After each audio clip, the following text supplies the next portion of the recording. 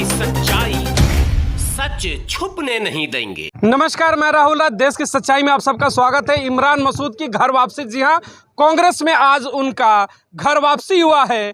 24 चुनाव से पहले क्या भारतीय जनता पार्टी की मुश्किलें बढ़ने वाली हैं क्या? क्योंकि जिस तरीके से भारतीय जनता पार्टी ने अपने हैंडल से राहुल गांधी के चेहरे को रावण के रूप में दिखाया, 10 सिर दिखाए, उसको लेकर के पूरे देश में कांग्रेस कार्यकर्ता और जितने भी समर्थक हैं इंडिया गठबंधन के, उनमें कहीं ना कहीं आक्रोश है। तो कांग्रेस पार्टी के वरिष्ठ लीडर से बात करते हैं। क्या भारतीय जनता पहले ही मान चुकी है क्या कि 24 का चुनाव बैकफुट पर है क्या? 24 चुनाव से पहले जिस तरीके से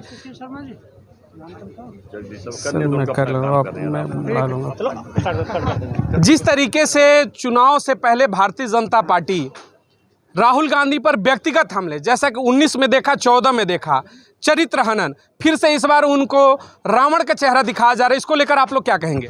देखिए, सच बात तो अब देश की जनता जागरूक है। रावण कौन है सबको पता है। राहुल का नाम है राहुल गांधी और वो राम थे, जो हमारे भगवान राम थे। तो वो उनका मतलब राम और रावण में फ़र्क नज़र आ रहा है जनता को पता कि रावण देश तोड़ रहा है, देश को लूट रहा है, देश को बेच रहा है। और मैं तो कहता हूँ और ज़्यादा दिखाओ, जितना ये मोदी करेंगे उतना देश राहुल कर रहा है। हमें देश की ज़रूरत है। ऐसे अंधभक्त, ऐसे देश बेचने वाले, ऐसे चोरों की ना तो देश को ज़रूरत है, ना हमें ज़रूरत है। राहुल गांधी पर जितना व्यक्तिगत हमला किया जा रहा है, कहते हैं कि उतना निखर कर राहुल गांधी समाज के बीच में आ रहे हैं। अभी हालिया हमने देखा दिल्ली में किस तरीके से आनंद विहार स्टेशन पर जाकर कूली बन गए, उसके बाद लकड़ी वाले मार्केट में जाकर फर्नीचर मार्केट में काम किया। तमाम ऐसे चेहरे देखिए, बस ड्राइवर के साथ बैठते हैं, हर गरीब तबके को टच करने का प्रयास करते हैं।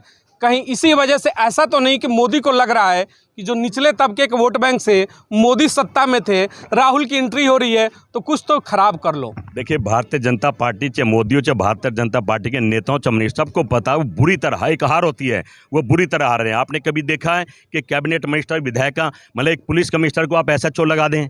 आपने कभी देखा नहीं होगा, लेकिन ये लगा रहे हैं। हालात इनके खराब हैं।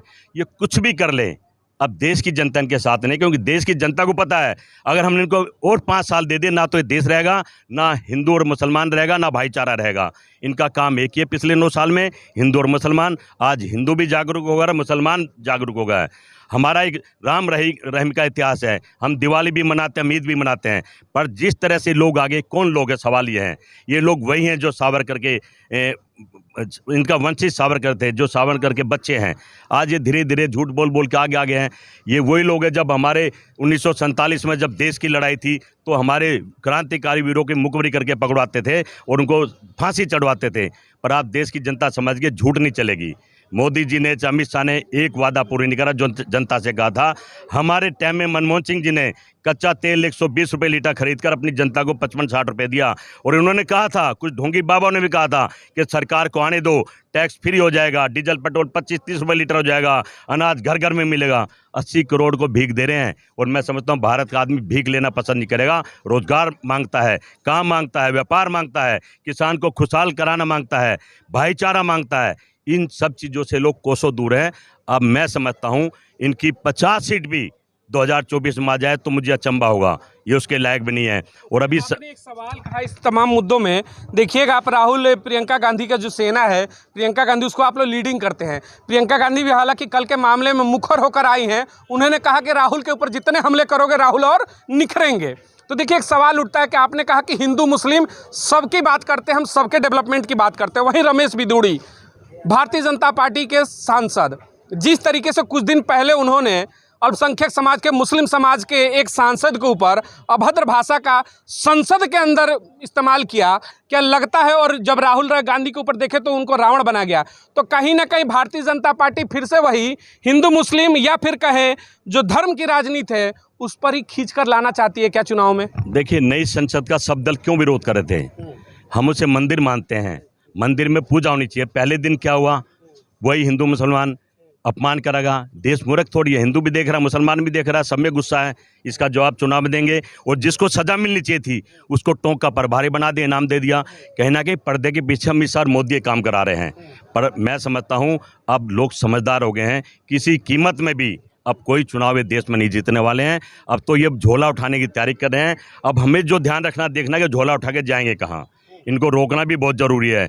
कि गीता में कहा है कि जैसे कर्म करोगे वैसा फल देगा भगवान। तो अब समय आ गया है, इन्होंने मजा भी लिया। अब ये आगे धीरे धीरे राहुल गांधी जैसा जो नेता है, जो देश के लिए लड़ना मरने वाला आदमी अपने लोग लड़ता है, वो उनको छोड़ने वाला नहीं है। कहता रहा चौकीदार चोर है और अड़ा रहा क्या चौकीदार चोर है, और साबित भी होगा कि चौकीदार चोर है।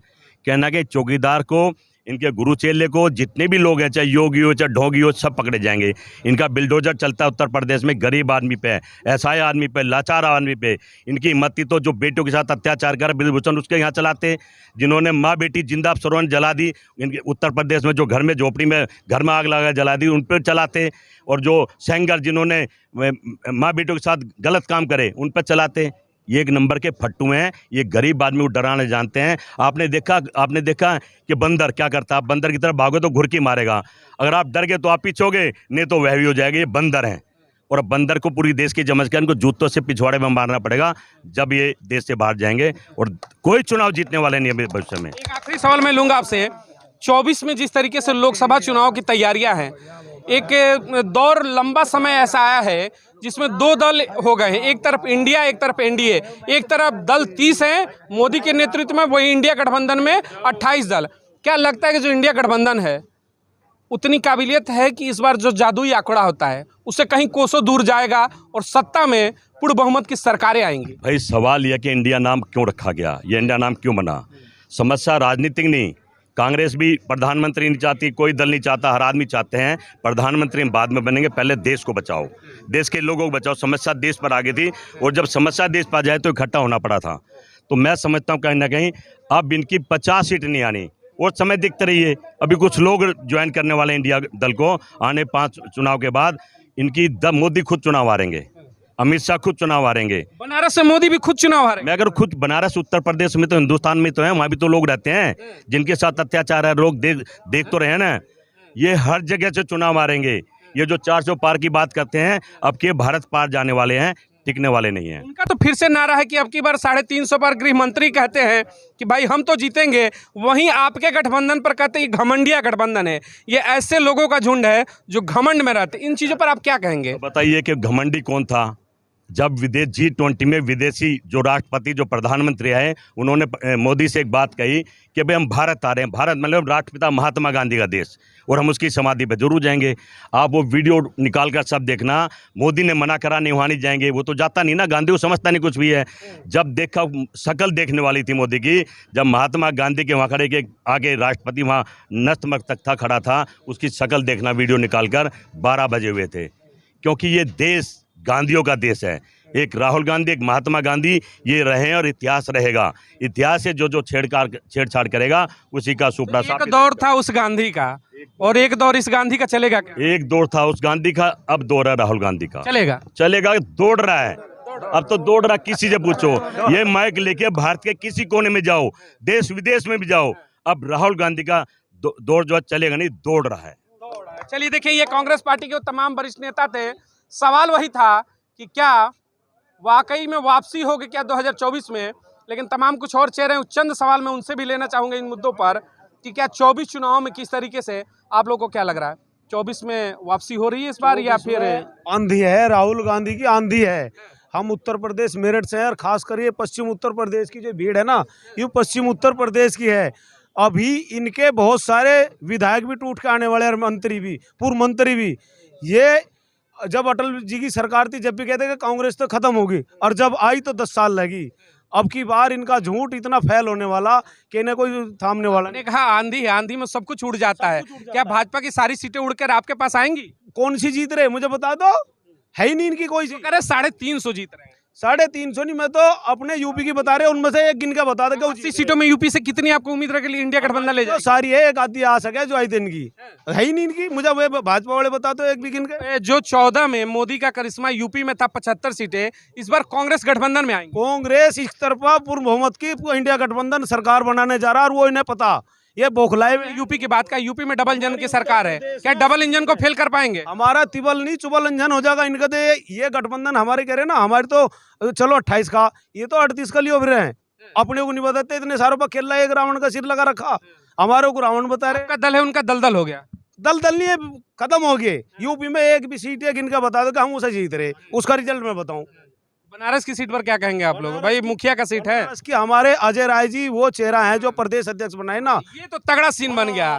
प्रदेश अध्यक्ष भी वही है जो पहले ताल ठोका था और अब की भी ताल ठोकेंगे। समय और था, अब समय अब 24 का है। दौर और था, ये दौर और है। देखो बेवकूफ आदमी एक बार बन सके, 2 बार बन सके, तीसरी बार नहीं बन सकता।